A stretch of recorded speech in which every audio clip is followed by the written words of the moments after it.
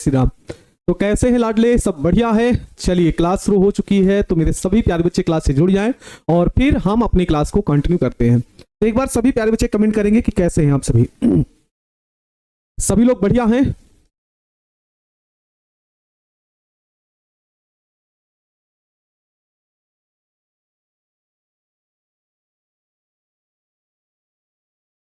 तो कैसे हैं आप सभी, एक बार सभी प्यारे बच्चे कमेंट करेंगे और बता दें एक बार सारी चीजें क्लियर है।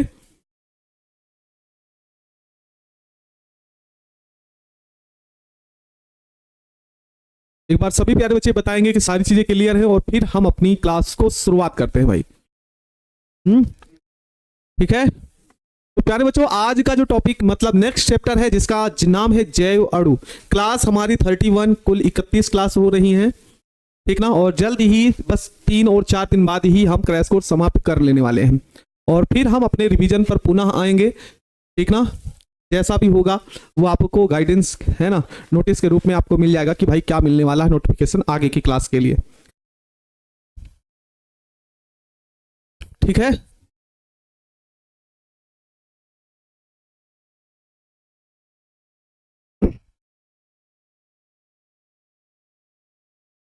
तो सभी लोग बढ़िया हैं।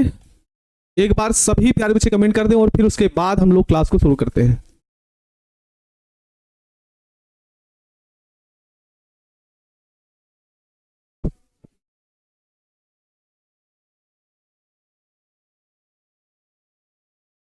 चलें क्लास को शुरू किया जाए।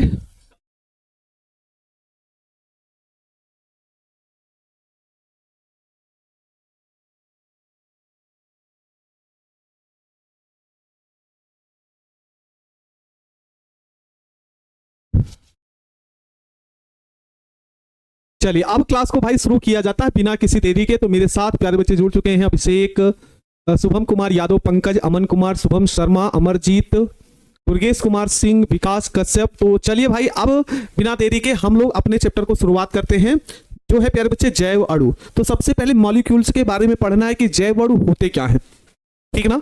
जैव अणु है क्या, फिर उसके बाद हम इसके अंतर्गत एक लॉन्ग क्वेश्चन है उसको पढ़ने वाले हैं, ठीक ना। विटामिन, प्रोटीन, जो भी इंपॉर्टेंट टॉपिक है उस पर चर्चा करेंगे और फिर हम लोग आगे बढ़ेंगे। तो सभी को सबसे पहले जैव अणु के बारे में पढ़ना है, बायोमॉलिक्यूल्स के बारे में पढ़ना है। तो जैव अणु होते क्या है ना।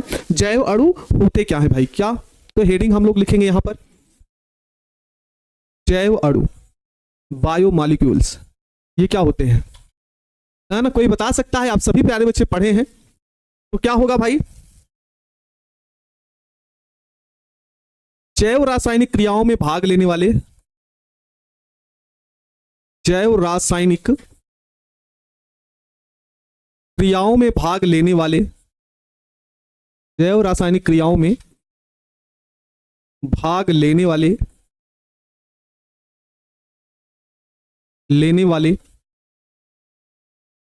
जटिल अणुओं को जैव अणु, बायोमॉलिक्यूल्स, जैव अणु,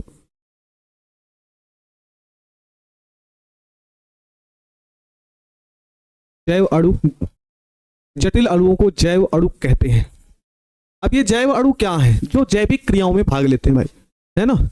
अब ये जैव अणु कौन कौन से हैं, जैसे विटामिन है, प्रोटीन है, तो इसका एग्जांपल क्या आता है भाई, जैसे कार्बोहाइड्रेट है, कार्बोहाइड्रेट, प्रोटीन है,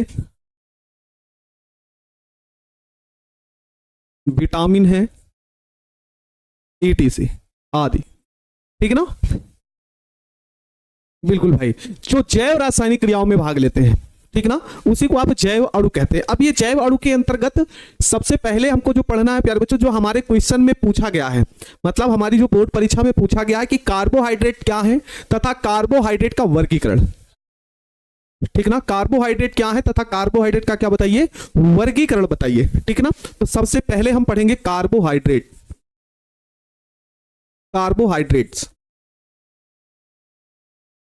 अब ये कार्बोहाइड्रेट्स क्या होते हैं, है ना। तो कार्बोहाइड्रेट ऊर्जा का एक स्रोत भी होते हैं भाई, ठीक ना।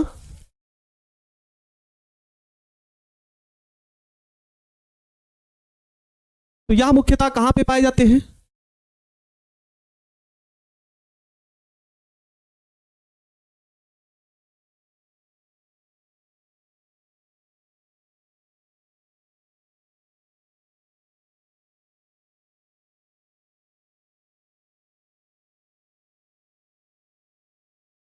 अच्छा, है ना। पीडीएफ के लिए प्यारे बच्चे आप व्हाट्सएप ग्रुप में ऐड हो जाइए, वहां पे आपको तुरंत पीडीएफ प्रोवाइड करा दिए जाते हैं, ठीक है ना, वहां पे बिल्कुल। तो क्या होगा भैया, कार्बोहाइड्रेट क्या होते हैं? तो कार्बोहाइड्रेट मुख्यतः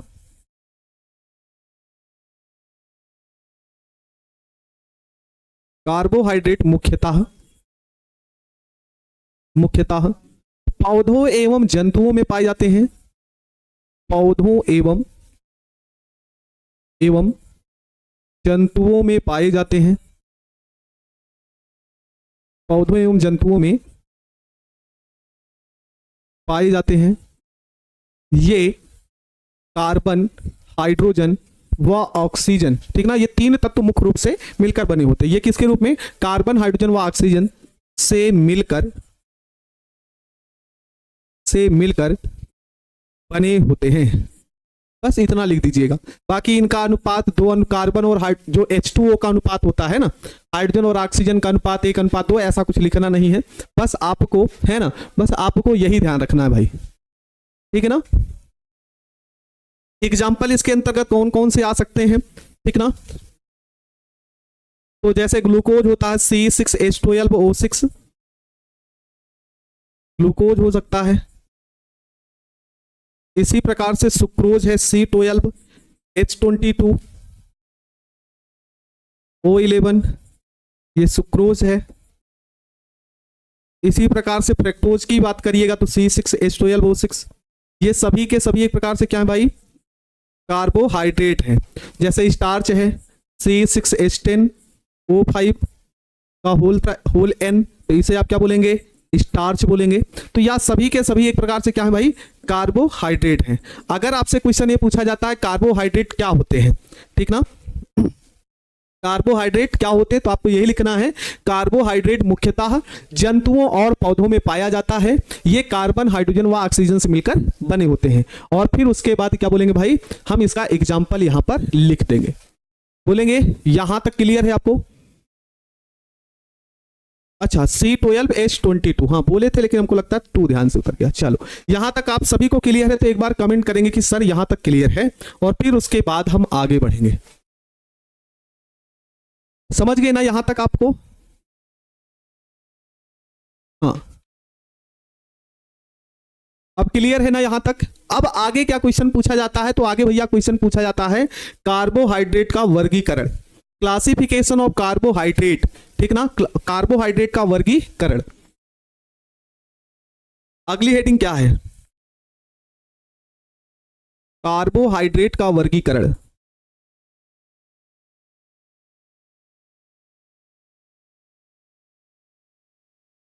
क्लासिफिकेशन ऑफ कार्बोहाइड्रेट, ठीक है ना, कार्बोहाइड्रेट का वर्गीकरण। अच्छा, जटिल अणु क्या होते हैं? अरे जो बहुत सारे परमाणु और आपस में मिक्स होते हैं, बड़े बड़े आकार के होते हैं भाई, ठीक ना, जैव अणु। जैसे C6H10N5 है ना, N, अब N का मतलब 2 3 4 5 6 7 कितने से मिलकर बना वो कोई पता नहीं, मतलब बहुत सारा हो, ठीक ना। जटिल का मतलब बहुत ही सारा उसमें मिला हो। देखो यहां पर जो कार्बोहाइड्रेट का वर्गीकरण किया जाता है वो कई प्रकार से किया जाता है, भौतिक गुणों के आधार पर, जल अपघटन के आधार पर, अपचायक या अपचायक क्षमता, अपचायक गुणों के आधार पर। तो हमको सब में भी भाई बहुत ज्यादा लेकर चलेंगे तो उतना लंबा लिखना भी नहीं है, तो आपको कुछ का लेकर चलना है और उन्हीं के आधार पर बता देना है। तो हम कहां पर लिख रहे हैं, पहला लिख रहे हैं भौतिक गुणों के आधार पर। जो वर्गीकरण हम लोग कर रहे हैं ना, किसके आधार पर, भौतिक गुणों के आधार पर,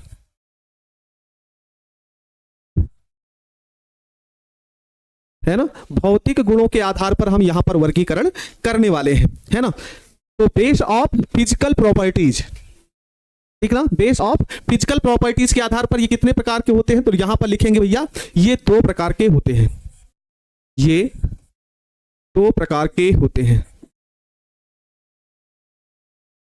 2 प्रकार के होते हैं।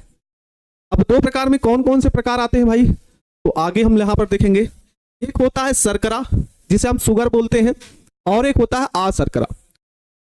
एक शर्करा है जिसे हम शुगर बोलते हैं, और एक होता है अशर्करा जिसे हम बोलते हैं नॉन शर्करा, ठीक ना, नॉन शुगर। तो यहां पर हम बात करेंगे क्या भाई, शर्करा में, तो वे कार्बोहाइड्रेट लिखेंगे प्यारे बच्चों, वे कार्बोहाइड्रेट जो वे कार्बोहाइड्रेट जो स्वाद में मीठे,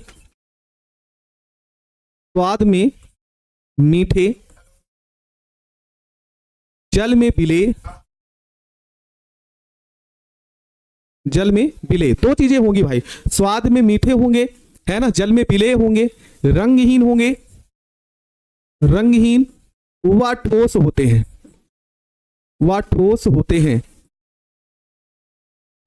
हैं, क्या कहलाएंगे भाई? शर्करा कहलाती है, शर्करा।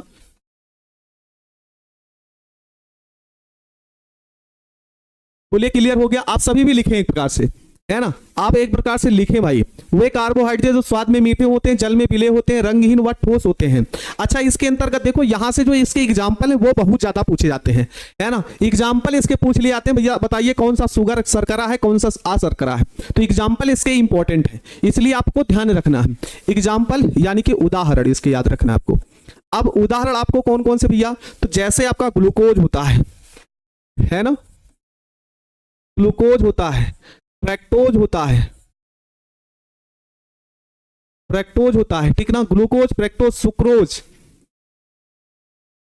सुक्रोज और लैक्टोज, ये चार एग्जाम्पल तो आप ये लोग याद ही रखिएगा। ये कैसी शर्करा है? तो आपके मन में आएगा कि ये सर शर्करा है, ठीक ना, इसी को हम क्या बोलते हैं? शर्करा बोलते हैं। हाँ, क्लियर है? ग्लूकोज, फ्रैक्टोज, लैक्टोज, सुक्रोज, ये सारी के सारे आपके आ जाते हैं। बोलो भाई, लिख लेंगे ना? यहां से आपसे जो क्वेश्चन ऑब्जेक्टिव के रूप में टच कर सकता है, ऑब्जेक्टिव के रूप में पूछ सकता है, बताइए निम्नलिखित में से कौन सा शर्करा है। अच्छा, इसके दूसरे प्रकार में आएगा जिसे हम बोलेंगे अशर्करा, जिसे हम बोलेंगे नॉन शुगर। जस्ट इसी का उल्टा कर देंगे हम लोग, ठीक ना, जस्ट इसी का क्या कर देंगे भैया? उल्टा हम कर देंगे। तो इसकी डिफिनीशन क्या होगी? तो लिखेंगे कि वे कार्बोहाइड्रेट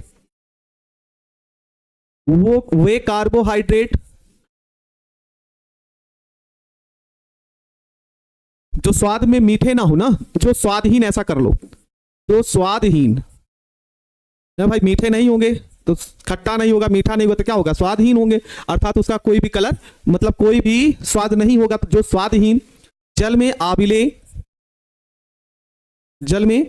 आबिले, यहां पर आप लिखें ठोस, तो यहां पे आप लिख लेंगे आक्रिस्टलीय, जल में आबिले कामा आक्रिस्टलीय होते हैं, अशर्करा कहलाती है, अशर्करा कहलाती है, ठीक है। अब इसके एग्जाम्पल कौन कौन से हैं? ठीक ना, इसके एग्जाम्पल में कौन कौन आएगा भाई? तो जैसे स्टार्च है, जिसे हम बोलते हैं सेलुलोज होता है, और एक होता है ग्लाइकोजन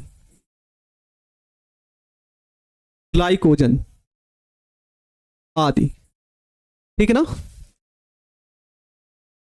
बोले यहां तक सभी को भाई क्लियर हो गया, है ना। वे कार्बोहाइड्रेट जो स्वादहीन, जल में आविले, आक्रिस्टलीय होते हैं, क्या कहलाते हैं? अशर्करा कहलाती है। यहां से आपको ऐसे 2 नंबर मिल जाएगा। हाँ, रंगहीन होंगे, बिल्कुल ठीक ना। एग्जाम्पल के रूप में यहां पे ऐसे भी बोल सकता है कि बताइए कौन सा शर्करा है, कौन सा अशर्करा, ऐसे भी आप लोग याद रखेंगे।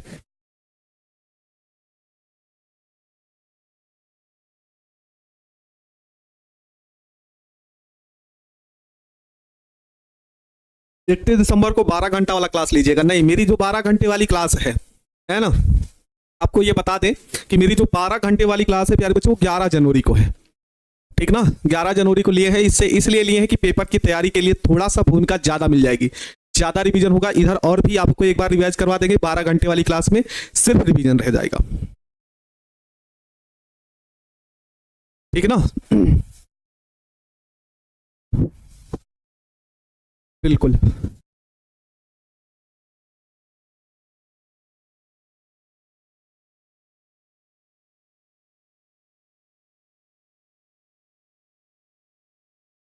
नहीं वो रंगहीन होती है, नहीं लिखे कोई दिक्कत ना, उससे मत जाइएगा।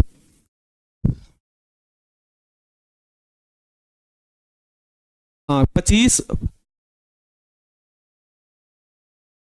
25 जनवरी को आनंद सर वाली क्लास है, फिर उसके बाद मैथ की क्लास है, फिर उसके बाद इंग्लिश की, फिर बायोलॉजी की, फिर उसके बाद केमिस्ट्री, फिर उसके बाद आपकी हिंदी की क्लास, ऐसे कुछ है।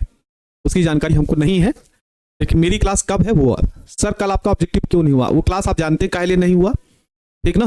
शाम को सोचे थे लेकिन शाम को क्लास लग गई, इस वजह से नहीं हो पाया, लेकिन उसको जल्दी से करवा देंगे, आप उसके लिए परेशान ना हो, ठीक ना।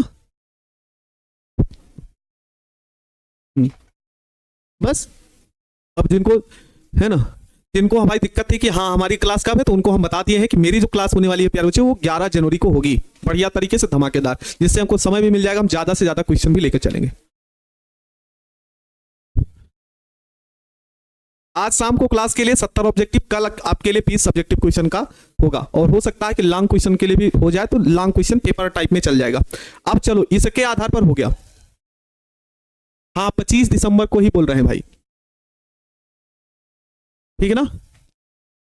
हाँ हमको पता है, हाँ आज शाम को क्लास होगी, ठीक है। हमको पता है कि इस सब्जेक्टिव क्वेश्चन में सबसे ज्यादा समस्या आता है कि ऑब्जेक्टिव क्वेश्चन हम बहुत ज्यादा रिवाइज कर लिए हैं, और भी ऑब्जेक्टिव हम पेपर के पहले पहले कम से कम 1000 प्लस का टारगेट रखे हैं कि पेपर के पहले पहले थोड़ा थोड़ा सर करा देंगे।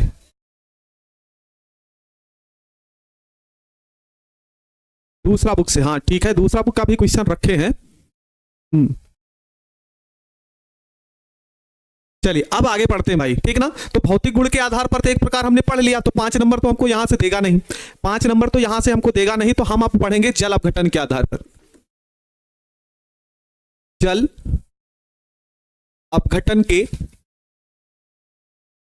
आधार पर, ठीक ना। ये लॉन्ग क्वेश्चन पूछा गया, आप भी देखे होंगे, और ग्रुप वाइज में पूछा गया, ये 15 में पूछा गया है, 15 सॉरी ये 12 में पूछा गया, 12 के बाद 15 में पूछा गया, 15 के बाद 20 में, मतलब 3 5 और ऐसे कुछ करके गैप चल रहा है, तो यहां से उम्मीद बन सकती है कि यहां पर नहीं लॉन्ग क्वेश्चन पूछा जाता, तो हो सकता है कि शॉर्ट ही पूछ ले, इसलिए बढ़िया तरीके से इसको हम पढ़ेंगे। जल अपघटन के आधार पर, तो जल अपघटन के आधार पर इन्हें 3 भागों में वर्गीकृत किया गया है।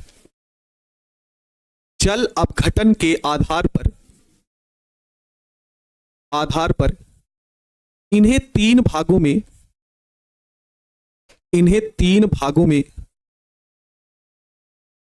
बांटा गया है। इन्हें कितने भागों में बांटा गया है, 3 भागों में बांटा गया है। अब पहला क्या है भाई, तो जिसे हम बोलते हैं मोनोसैकेराइड, क्या बोला जाता है, मोनोसैकेराइड, मोनोसैकेराइड। चलो हेडिंग लिखो जल्दी से और जवाब दो कि मोनोसैकेराइड। आज देखते हैं कितने लोगों को डिफिनीशन याद है ना। आज देखते हैं कितने लोगों को ये डिफिनीशन याद है ना। आप चलो बता दो कमेंट में कि भाई क्या होगा यहां पे।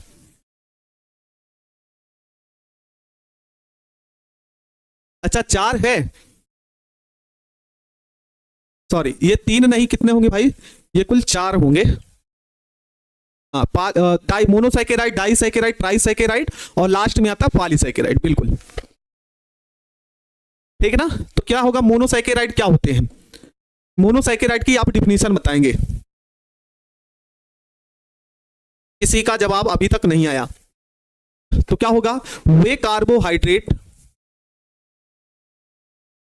जिनका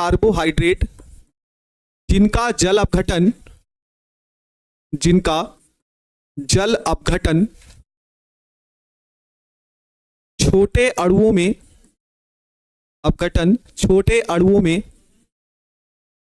नहीं होता है, मोनोसैकेराइड कहलाते हैं। मोनो है ना, वे कार्बोहाइड्रेट जिनका जल अपघटन छोटे अणुओं में नहीं होता, जिनका जल अपघटन छोटे अणुओं में नहीं होता, मोनोसैकेराइड कहलाते हैं। मोनोसैकेराइड कहलाते हैं, ठीक है। वे शर्करा जिनका जल अपघटन छोटे अणुओं में नहीं होता, बिल्कुल भाई बिल्कुल। अच्छा एग्जांपल यहां से एक प्रकार से ऑब्जेक्टिव क्वेश्चन पूछ लिया था आप लोगों से कि वे कार्बोहाइड्रेट जिनका जल अपघटन नहीं होता उन्हें आप क्या बोलते हैं, तो मोनोसैकेराइड कहलाते हैं, है ना। क्या कहलाते हैं भैया, मोनोसैकेराइड कहलाते हैं। तो जैसे एग्जांपल इसका याद रखिएगा आप लोग, जैसे ग्लूकोज है और क्या है भाई, फ्रैक्टोज है, ठीक ना। ग्लूकोज और फ्रैक्टोज जो आते हैं अच्छा जल नहीं लिखे हैं, अच्छा जिनका जल अपघटन, सॉरी, यहां से एक ऑब्जेक्टिव भी क्वेश्चन आपसे पूछा गया है, ठीक ना, यहां से आपसे एक ऑब्जेक्टिव क्वेश्चन पूछा गया। क्या ऑब्जेक्टिव क्वेश्चन पूछा गया है कि वे कार्बोहाइड्रेट जिनका जल अपघटन छोटे अणुओं में नहीं होता है ना, वे क्या होते हैं। तो आपका एग्जाम्पल क्या होगा भैया, ग्लूकोज या फ्रक्टोज या फिर मोनोसैकेराइड का एग्जाम्पल हो जाएगा। हो गया, समझ में आ गया। अच्छा ये तो पहला हो गया मोनोसैकेराइड। इसी प्रकार से मोनोसैकेराइड में दो भाग होते हैं, एक एल्डोज होता है, कीटोज होता है, ठीक है ना। एल्डोज में CHO समूह उपस्थित होता है। एल्डोज का उदाहरण कौन सा है भाई, ये भी याद रखिएगा, कौन सा कार्बोहाइड्रेट एल्डोज होता है। तो सभी प्यारे बच्चे याद रखना भाई कि जो आपका ग्लूकोज है यह एक एल्डोज का एग्जाम्पल है, उदाहरण है, और जो फ्रक्टोज है यह एक प्रकार का किसका एग्जाम्पल है, तो कीटोज का उदाहरण है। दोनों के अणुसूत्र समान होते हैं, C6H12O6 होता है ना, C6H12O6 होता है। लेकिन प्यारे बच्चों आपसे पूछ लिया जाए निम्नलिखित में से कौन सा एल्डोज है, तो एल्डोज ग्लूकोज की श्रेणी में आ जाएगा। और प्यारे बच्चे अगर आपसे क्वेश्चन एक पूछ लिया जाए निम्नलिखित में से कौन सा कीटोज की श्रेणी में आता है, तो भैया फ्रक्टोज कीटोज की श्रेणी में आता है, यह भी आपको ध्यान रखना है। समझ गए ना, तो ये आपको ध्यान रखना है। अब यहां पर तो हो गया मोनोसैकेराइड। अब इसके बाद आता है भाई डाइसैकेराइड, है ना, डाइसैकेराइड तो क्या होगा, है ना। अब डाई का मतलब यहां पे दो है, सैकेराइड आपका एक प्रकार से शर्करा से संबंधित है प्यारे बच्चों। तो यहां पर एग्जाम पहले हम हेडिंग लिखेंगे डाइसैकेराइड, डाइसैकेराइड। तो इसकी डिफिनीशन क्या लिखेंगे, वे कार्बोहाइड्रेट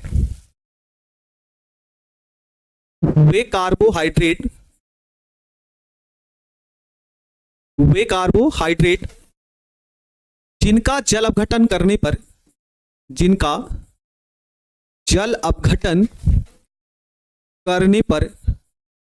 करने पर मोनोसैकेराइड के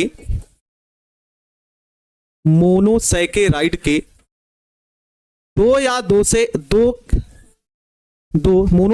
के दो समान या असमान अणु प्राप्त होते हैं, असमान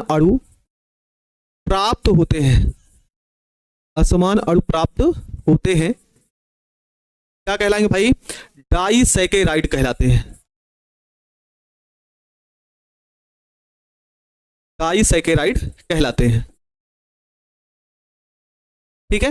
एग्जाम्पल जैसे आपका ग्लूकोज हो सकता, सॉरी ग्लूकोज नहीं, जैसे सुक्रोज हो सकता है, सुक्रोज का जल अपघटन करोगे तो ग्लूकोज और फ्रक्टोज प्राप्त होता है। तो उतना डिटेल्स में नहीं चलना हमको सिर्फ यहां पर एग्जाम्पल लिख लेना है इसको भाई। तो इसका एग्जाम्पल क्या है भाई, तो लिखेंगे सुक्रोज हो गया, ठीक ना, एक होता है लैक्टोज होता है, ठीक ना, लैक्टोज, आप सुक्रोज हो गया, लैक्टोज हो गया, और प्यारे बच्चे इसी के अंतर्गत क्या आता है, माल्टोज आता है। बाकी आप इनका अणुसूत्रों का हम जल अपघटन करेंगे, है ना, इनका जल अपघटन करेंगे तो मोनोसैकेराइड के दो अणु प्राप्त होते हैं। जैसे आप माल्टोज का जल अपघटन करिएगा तो ग्लूकोज और साथ में क्या प्राप्त हो जाएगा भाई, ग्लूकोज के दो अणु प्राप्त होते हैं। इसी प्रकार से सुक्रोज का जल अपघटन करिएगा तो ग्लूकोज और फ्रक्टोज प्राप्त होते हैं। बात समझ गए आप लोग, समझ में आया ना, क्या बोले भाई, अगर हम सुक्रोज का जल अपघटन करते हैं तो ग्लूकोज और फ्रक्टोज के एक अणु प्राप्त होते हैं। इसी प्रकार से माल्टोज का जब भी जल अपघटन किया जाता है तो ग्लूकोज के दो अणु प्राप्त हो जाते हैं, और लैक्टोज का जब भी जल अपघटन किया जाता है तो ग्लूकोज और ग्लैक्टोज प्राप्त होते हैं। नहीं समझ में आता तो यहां से क्वेश्चन भी पूछ लिए जाते हैं, इसलिए हम यहां पर लिख देते हैं, आप लोग इसको याद रखे रहिएगा ऑब्जेक्टिव के रूप में। जब हम ग्लूकोज का जल अपघटन करें, सॉरी सुक्रोज का जल अपघटन किया जाता है तो ग्लूकोज प्राप्त होता है, ठीक है, और प्यारे बच्चे फ्रक्टोज प्राप्त होगा, ठीक ना। इसी प्रकार से यदि हम माल्टोज का जल अपघटन करते हैं तो क्या क्या भाई प्राप्त होगा, तो यहां पर ग्लूकोज के दो अणु प्राप्त होंगे। ग्लूकोज के कितने अणु प्राप्त होंगे, तो दो अणु प्राप्त होते हैं, दो अणु प्राप्त होते हैं। अगर हम लैक्टोज का जल अपघटन करते हैं तो एक तो ग्लूकोज प्राप्त होता है और दूसरा गलैक्टोज प्राप्त होता है। क्या प्राप्त होता है, गलैक्टोज प्राप्त होता है, ये आपको याद रखना है।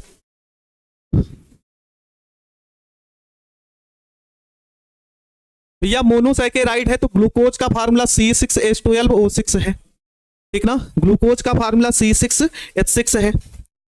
5 प्लस ही रहेगा। एक राइबोस जो E6 रेडी में आता है उसमें 5 कार्बन, तो यहाँ पे कार्बन के ऊपर मत चाहिए, ठीक ना।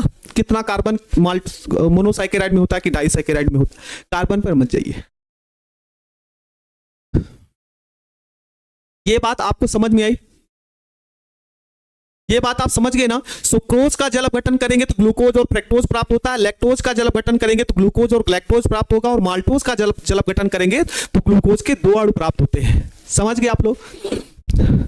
ठीक है, चलिए इसी में हम अगला पढ़ेंगे क्या भाई, ट्राइसैकेराइड, है ना, जिसे हम बोलते हैं ओलिगोसैकेराइड के अंतर्गत आता है। ट्राइसैकेराइड नहीं, ओलिगोसैकेराइड के अंतर्गत आता है भाई। तो अगली हेडिंग हम लिखेंगे क्या, ओलिगोसैकेराइड। और ओलिगोसैकेराइड के अंतर्गत ट्राई टेट्रा सारी चीजें इसी में आती हैं। तो अगला जो प्रकार होगा प्यारे बच्चों वह होगा ओलिगोसैकेराइड।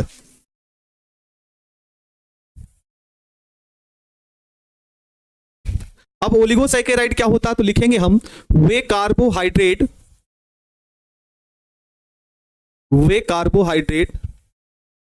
जिनका जल अपघटन करने पर, जिनका जल अपघटन करने पर 3 से 10 अणु मोनोसैकेराइड। 3 से कितने अणु प्यारे बच्चों, 3 से 10 अणु।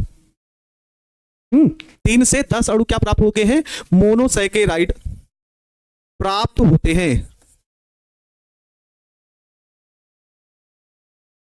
होते हैं, क्या कहलाएंगे, ओलिगोसैकेराइड कहलाते हैं। ओलिगोसैकेराइड कहलाते हैं। अच्छा, इसके अंतर्गत सर जी एग्जाम्पल कौन सा है, तो भाई एग्जाम्पल पर याद रखिएगा, बहुत ज्यादा इसको तोड़ने और मरोड़ने की कोशिश ना करिएगा, ठीक ना। तो एक भैया रेफिनोज होता है, कौन सा होता है, तो एक होता है रेफिनोज।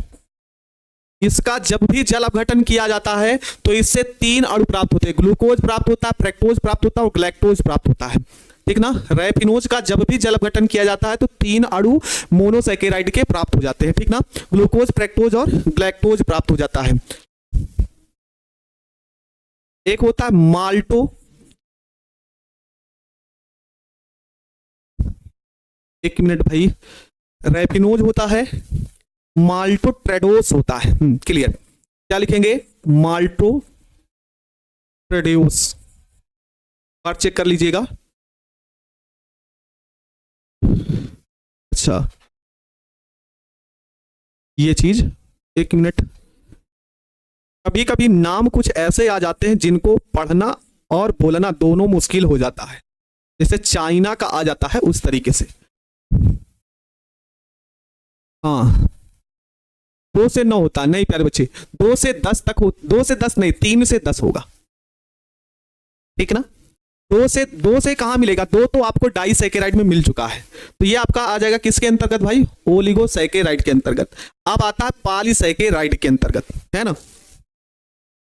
पॉली का मतलब ही होता बहुत सारे, लास्ट प्रकार देखेंगे पॉलीसैकेराइड। पॉलीसैकेराइड तो वे कार्बोहाइड्रेट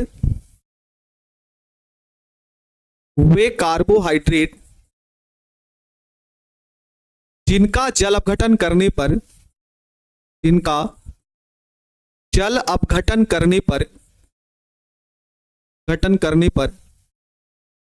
पर मोनोसैकेराइड के बहुत अधिक अणु देते हैं, बहुत अधिक अणु प्राप्त होते हैं या देते हैं, ठीक ना, बहुत ज्यादा अणु प्राप्त हो जाते हैं। बिल्कुल भाई, क्या है, बहुत अधिक अणु प्राप्त होते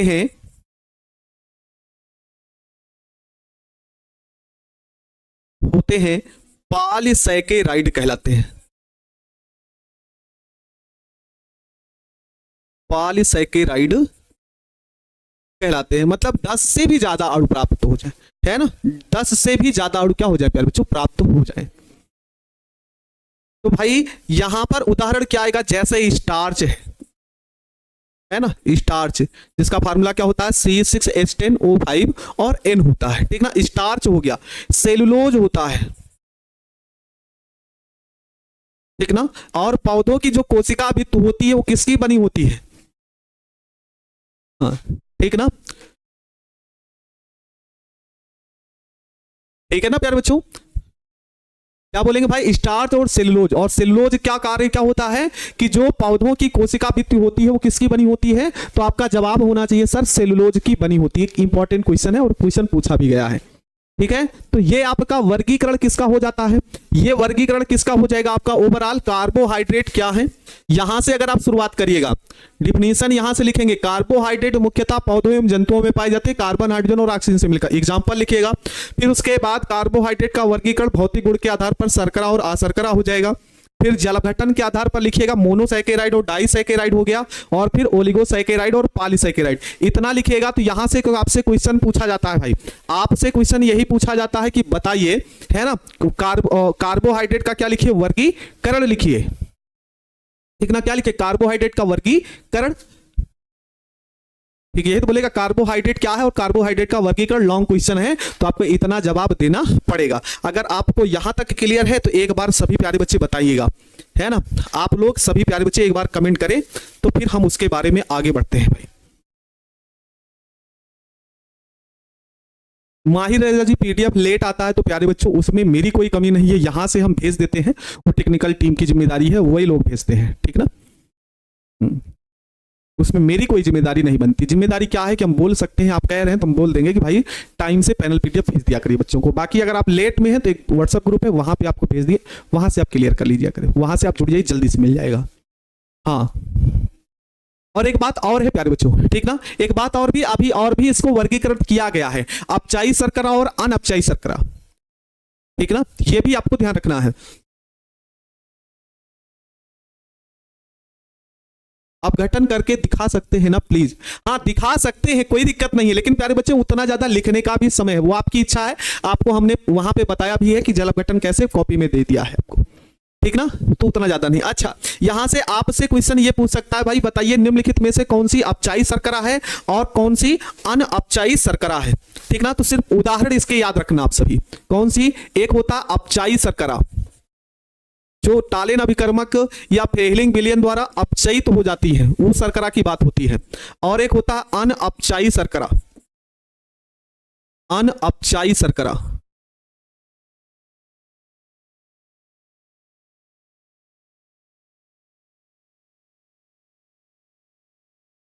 दो प्रकार की, ये अपचायक गुणों के आधार पर वर्गीकरण है, लेकिन यहां से ऑब्जेक्टिव क्वेश्चन पूछ लिए जाते हैं आपसे, ठीक ना। यहां से क्या होता है भाई, ऑब्जेक्टिव क्वेश्चन आपसे पूछ लिए जाते हैं।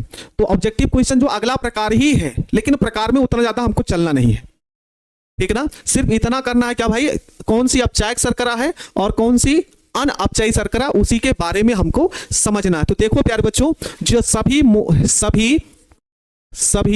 मोनोसैकेराइड मोनोसैकेराइड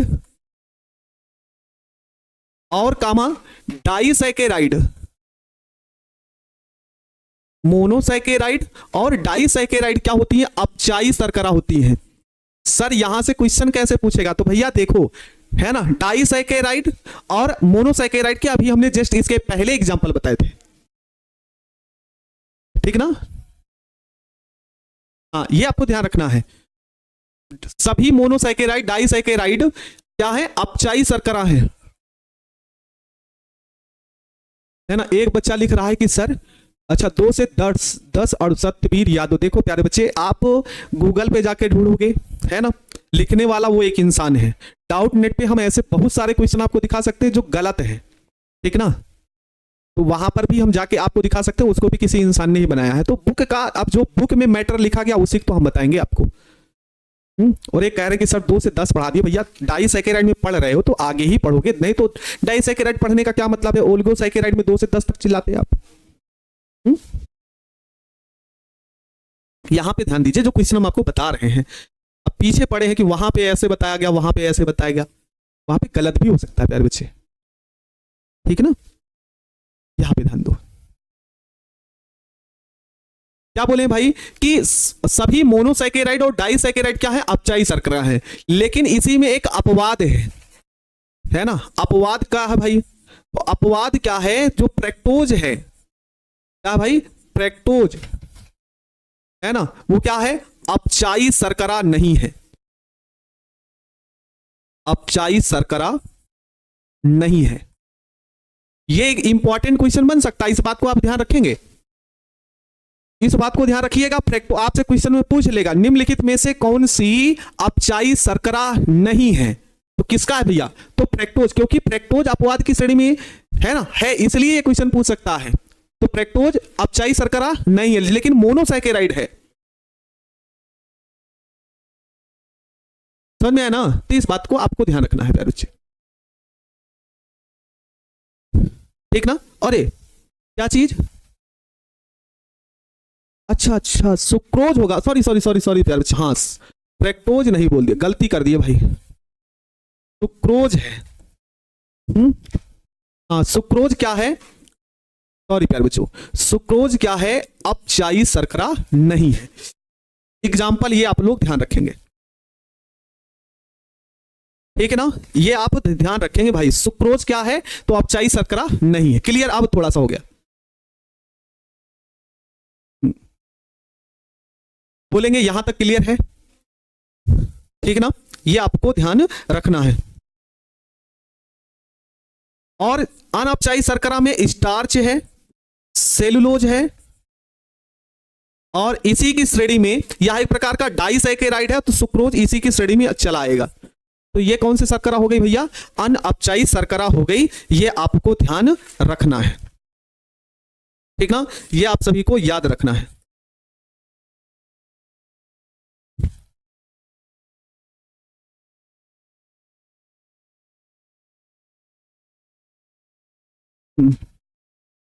अमृतराज क्या दिक्कत है भाई, गुस्सा काहे लिए आपको दिला रहे हैं, आप बताइए क्या दिक्कत है भाई, काहे लिए गुस्सा हम आपको दिला रहे हैं, एक बार बताएंगे आप। अच्छा है ना, किस बात के लिए आप हमसे गुस्सा हो गए हैं ये तो बता दीजिए, हाँ किस बात के लिए आप हमसे गुस्सा हो गए ये तो बताइए, हमने आपको ऐसा क्या कह दिया।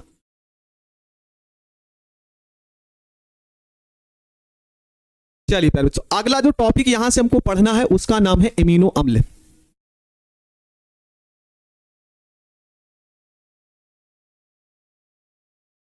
ठीक ना। क्या बोलेंगे, एमिनो अम्ल। एमिनो अम्ल होते क्या है, आपसे क्वेश्चन पूछा गया है ये, और पूछ भी सकता है कि बताइए भैया सर डाइसैकेराइड में ही तो सुक्रोज आता है, फिर भी यह अपवाद क्यों, तो अपवाद की श्रेणी में है, और अपवाद की श्रेणी में बहुत ज्यादा चलेंगे तो प्यारे बच्चे वहां बहुत ज्यादा लेट हो जाएगा। तो बस आपको सिर्फ यहां पे एग्जांपल याद रखना है, सुक्रोज डाइसैकेराइड होते हुए भी अपचायी शर्करा ना है, तो ये अनअपचायी शर्करा है, बस ये आपको ध्यान रखना है, ठीक ना, ये आपको ध्यान रखना है।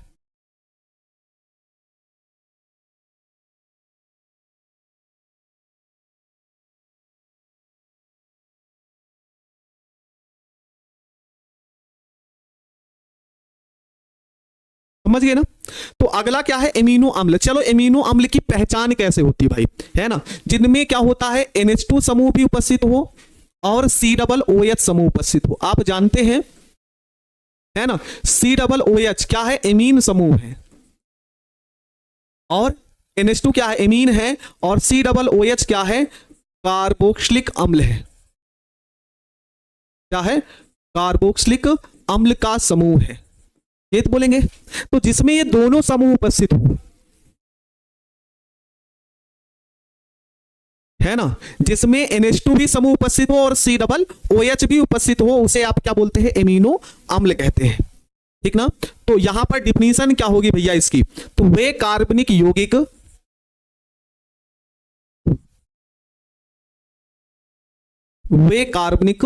यौगिक ऑब्जेक्टिव में ये क्वेश्चन पूछ सकता है कि एमिनो अम्ल में कौन कौन से समूह होते हैं, है ना, ऑब्जेक्टिव में कौन कौन से समूह होते हैं, तो एमीन और कार्बोक्सिलिक दोनों समूह होते हैं,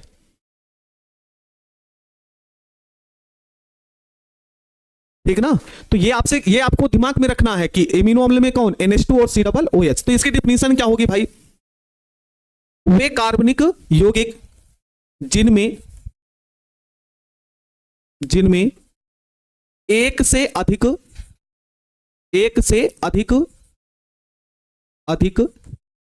एमीन समूह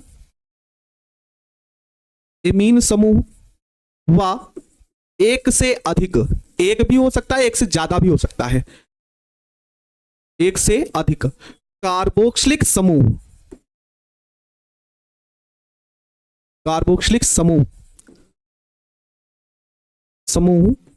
उपस्थित होता है, क्या कहलाते हैं? एमिनो अम्ल कहलाते हैं।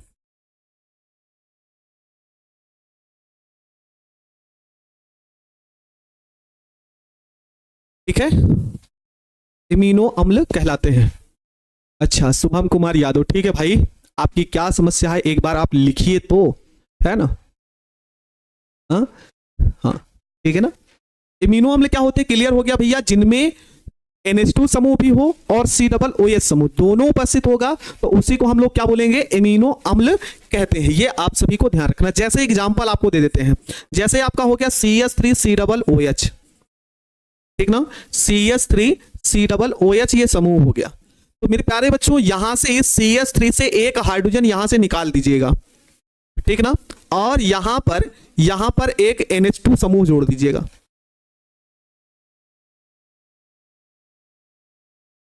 समझ गए ना? क्या हमने बोला आपसे प्यारे बच्चे? यहां से एक हाइड्रोजन निकालिएगा और यहीं से एक NH2 समूह जोड़ दीजिएगा, तो आपको यहां पर लास्ट में प्राप्त होगा भाई CH2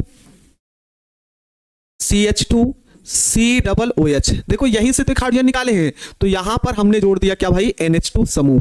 तो ये जो आपको यौगिक प्राप्त हुआ कार्बनिक यौगिक, यही है एमिनो अम्ल। तो अगर आपसे डिफिनीशन पूछ ले एमिनो अम्ल क्या है, तो वे कार्बनिक यौगिक जिनमें एक या एक से अधिक क्या उपस्थित हो? एमिनो समूह व एक से अधिक कार्बोक्सिलिक समूह उपस्थित होता है, तो एमिनो अम्ल कहलाते हैं। सर क्रैश कोर्स की केमिस्ट्री में पढ़कर 90 नंबर से ज्यादा ला सकते हैं? अच्छा भाई, है ना, ला सकते हैं, वो तो आपके ऊपर है। देखो आप 100 में 100 ला सकते हो, है ना, 100 में 100 भी ला सकते हैं, 100 में 80, है ना, जितना मन करे उतना ला सकते हो। वो सारी की सारी चीजें आपके ऊपर है ना, वो सारी चीजें आपके ऊपर है। आप कितना मेहनत करते हो, आप कितनी सेल्फ स्टडी करते हो, वो मुझसे पूछने का कोई औचित्य बनता नहीं है। आपको ये लग रहा होगा कि भाई हम अच्छी मेहनत कर रहे हैं तो अच्छा नंबर ला सकते हो, ठीक ना, ये तो आपके ऊपर है ना। अब एक लोग कह रहे हैं कि सर फर्स्ट पेपर ही पढ़कर 70 अंक ला सकते हैं, तो बिल्कुल भाई, फर्स्ट पेपर क्या पूरे 70 में 70 पूछा जाता है? तो ऐसा तो हो नहीं सकता, हो सकता है सेकंड ज्यादा पूछ ले। अभी हम आपसे कह दें कि सर फर्स्ट पेपर बच्चे पढ़ लो, सेकंड ना पढ़ो, हम सभी को सजेशन दे सकते हैं, है ना।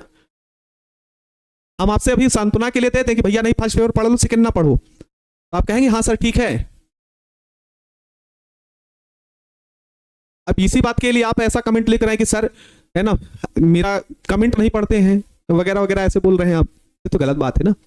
ये सारी चीजें आपके ऊपर है भाई, आप जितनी मेहनत करोगे उतना अच्छा अंक आपको मिलेगा, जितना कम पढ़ोगे उतना कम नंबर मिलेगा। तो किसी टीचर के कह देने से कि थोड़ी तुम जाओ, है ना, कि तुम्हारा इतना नंबर हो जाएगा, ऐसा नहीं है। हम तो भाई यही कहेंगे कि आप जितना ज्यादा मेहनत करोगे उतना ज्यादा आपका अच्छा नंबर आएगा। ठीक है भाई, यहां तक आपको क्लियर हो गया है एमिनो अम्ल किसे कहते हैं? ये बातें आपको क्लियर हो गई हो तो एक बार आप लोग जरूर बता दें, फिर उसके बाद आगे हम बढ़े। फिर इसी के आधार पर आपसे एक प्रश्न पूछा जाता है एमिनो अम्ल से ही भाई, है ना, एमिनो अम्ल से ही एक क्वेश्चन पूछा जाता है। प्रश्न यहां पर हम लिख देते हैं। प्रश्न क्या है? आवश्यक एमिनो अम्ल, आवश्यक एमिनो अम्ल व अनावश्यक, आवश्यक एमिनो अम्ल व अनावश्यक एमिनो अम्ल से आप क्या समझते हैं? एमिनो अम्ल से आप क्या समझते हैं? से आप क्या समझते हैं? ठीक ना, आवश्यक एमिनो अम्ल क्या है और अनावश्यक एमिनो अम्ल क्या है भाई? ठीक ना, बिल्कुल। अब आवश्यक एमिनो अम्ल क्या है, जल्दी से इनकी डिफिनीशन हम पढ़ लेते हैं भाई, उसे आप बोलेंगे। चलिए यहां पर जल्दी से इसका जवाब लिखते हैं, आवश्यक एमिनो अम्ल। इसी को पढ़ा करके हम आप लोगों की छुट्टी कर देंगे, बस 5 मिनट का समय और लेंगे। आवश्यक एमिनो अम्ल, ठीक है। चलो जवाब दे दो, आवश्यक एमिनो अम्ल क्या होते हैं। वाह भाई, राखी कुमारी का है जिनको भोजन जो स्वयं भोजन द्वारा उत्पन्न होते हैं। अच्छा,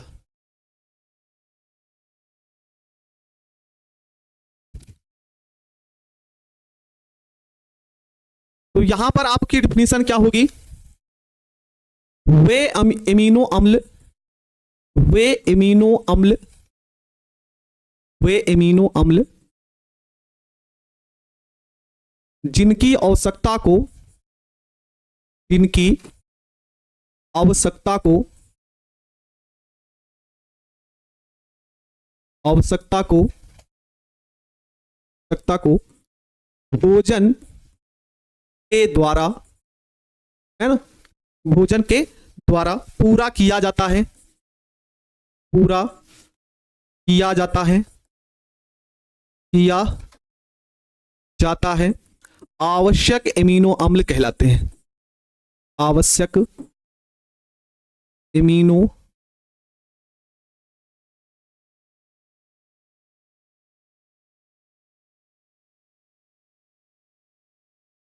ठीक ना, आवश्यक एमिनो अम्ल कहलाते हैं, जिनके लिए हमको भोजन की आवश्यकता होती है, वही समझ लो, पूरा करने के लिए आवश्यक एमिनो अम्ल कहलाते हैं, ठीक है।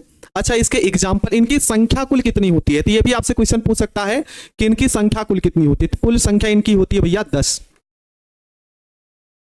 कुल इनकी संख्या कितनी होती है दोस्त, तो यहां पर आप लिखेंगे 10 संख्या में। अच्छा सर, एक आध दो का आवश्यक एमिनो अम्ल का नाम भी बता दो, आवश्यक एमिनो अम्ल का भी भैया क्या बता दो, नाम बता दो। चलो आवश्यक एमिनो अम्ल का नाम बता दो एग्जाम्पल के तौर पर, एग्जाम्पल के तौर पर आप सभी बताएंगे। चलो जल्दी से कमेंट कर दो, तब तक हम अनावश्यक अम्ल की डिफिनीशन लिख रहे हैं। अनावश्यक एमिनो अम्ल की डिफिनीशन हम लिख रहे हैं, आप बताओ यहां पे।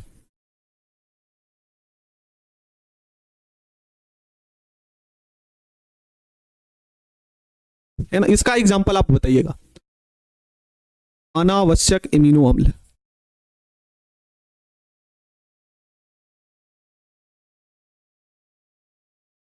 देखो जो अनावश्यक एमिनो अम्ल होते हैं प्यारे बच्चों, है ना, तो वे एमिनो अम्ल, वे एमिनो अम्ल, अम्ल जिनका निर्माण, जिनका निर्माण शरीर स्वयं करते हैं, शरीर स्वयं करते हैं, स्वयं करते हैं, तथा, है ना, तथा भोजन के रूप में, तथा, तथा इनको भोजन के रूप में, तथा इनको भोजन के रूप में, भोजन के रूप में ग्रहण करने की आवश्यकता नहीं होती, ग्रहण करने की आवश्यकता नहीं होती है, क्या कहलाएंगे, अनावश्यक एमिनो अम्ल कहलाते हैं, अनावश्यक एमिनो अम्ल कहलाते हैं,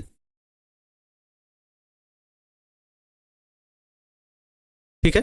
चलो इन दोनों के एग्जाम्पल आप कमेंट कर दो। हाँ, वाइनिल, अच्छा भाई, एक बच्चे ने बढ़िया तरीके से लिखा है, क्या नाम इनका, विवेक कुमार, है ना, वाह भाई, हमारे नाम के ही है क्या,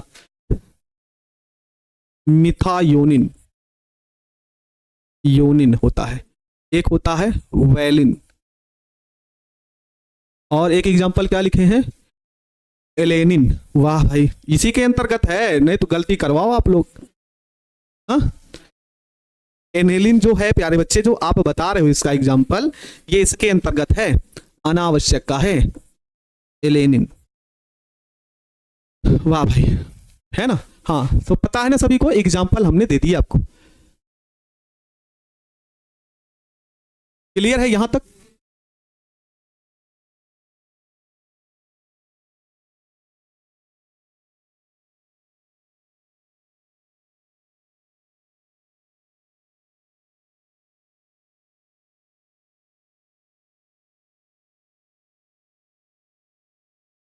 बोलो प्यारे बच्चे, क्लियर हो गया ना? तो ये भी क्वेश्चन आपसे पूछा गया भाई कि आवश्यक एमिनो अम्ल और अनावश्यक एमिनो अम्ल क्या होते हैं। ठीक है, तो अब अगले पार्ट में हम लोग इसका पेप्टाइड बंध पढ़ लेंगे, प्रोटीन के लिए जो इंपॉर्टेंट होगा प्यारे बच्चे, है ना। प्रोटीन पढ़ लेंगे और विटामिन पढ़ लेंगे और डीएनए आरएनए। हाँ, टीबी मिल पथ, ठीक है, बिल्कुल भाई, है ना। संगीत कुमार कह रहे हैं सर आपसे नाराज होते हैं। प्यारे बच्चे ये शब्द कहाँ सीख के आते हैं आप लोग भाई? ये सब कहाँ से सीखते हैं? सर नाराज होता है, टीचर गुस्सा होता है अपने बच्चों से, पता नहीं क्या गलत बात है। हाँ, ठीक है, अच्छे तरीके से पढ़ाई करो, किसी के भरोसे ना बैठिए। नंबर आपको अच्छा लाना है तो आपको मेहनत ही करनी होगी, आपको सेल्फ स्टडी भी करनी होगी, है ना। रातों को जगना भी आपको होगा, समझ में आया ना। अच्छे तरीके से मेहनत कर लो और अच्छे तरीके से पढ़ाई कर लो।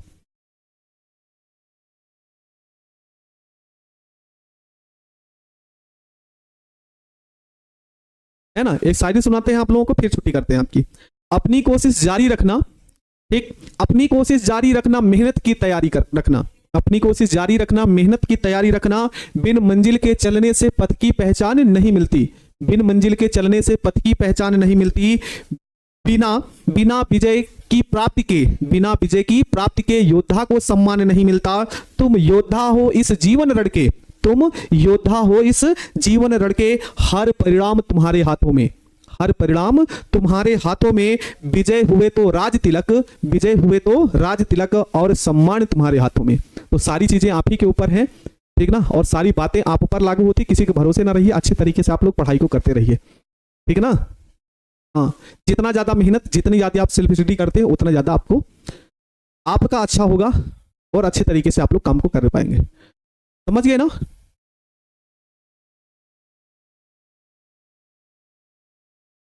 हम्म। हाँ, तो किसी को, आप मेच्योर बच्चे हैं, आप हर बातों को समझते हैं, और मैं मानता हूं कि भाई, हाँ, है ना, और ये मानता हूं कि भाई आप ही ऐसे हैं, है ना, जो अपने आप को मेच्योर रखते हुए अपनी आप को, भविष्य का निर्माण इन्हीं 2-3 महीनों में होता है। हम भी जब पढ़ते थे प्लानिंग रोज होती थी लेकिन विफल हो जाती थी, लेकिन प्यारे बच्चे फिर भी हर प्रतिदिन कुछ ना कुछ नया करने की कोशिश करते हैं। तो आप भी इस बात को ध्यान रखो, आपको भी मन लगाकर आपको पढ़ना, अपनी बातों को समझना, अच्छे तरीके से काम को करना है, ठीक है। तो शाम को मिलते हैं केमिस्ट्री वाली फिर से क्लास में, जिससे आपके 70 ऑब्जेक्टिव है, आपका टेस्ट के रूप में है कि आप 70 में कितना क्वेश्चन बना पाते हो, ठीक है ना। और जो पूरे बुक का बोले हैं तो वो तो प्यारे बच्चे किसी अगले दिन जब समय मिलेगा, लगभग 2 से 2 घंटे तो कम से कम मिलना ही चाहिए, 250 ऑब्जेक्टिव क्वेश्चन है, तो वहां पर थोड़ा सा समय लेना पड़ेगा, लेकिन शाम को 70 क्वेश्चन है, अपने टेस्ट के रूप में अपने आप को देख सकते हैं कि आपका कितना हुआ, ठीक है। तो क्लास कैसा लगा आप लोग जरूर बताना प्यारे बच्चों, मन लगाकर अपनी पढ़ाई को करते रहे, क्रैश कोर्स देखिए और कॉमन क्लास दोनों को लेकर चलिए, आपका रिजल्ट अच्छा आएगा और अच्छे से आएगा प्यारे बच्चे, ये उम्मीद है और विश्वास भी है कि अच्छा अंक हम आपको दिलाएंगे। तो ठीक है भाई, मिलते हैं प्यारे बच्चों नई क्लास में, शाम वाली क्लास में। तब तक के लिए मेरे सभी प्यारे बच्चों को जय हिंद, वंदे मातरम।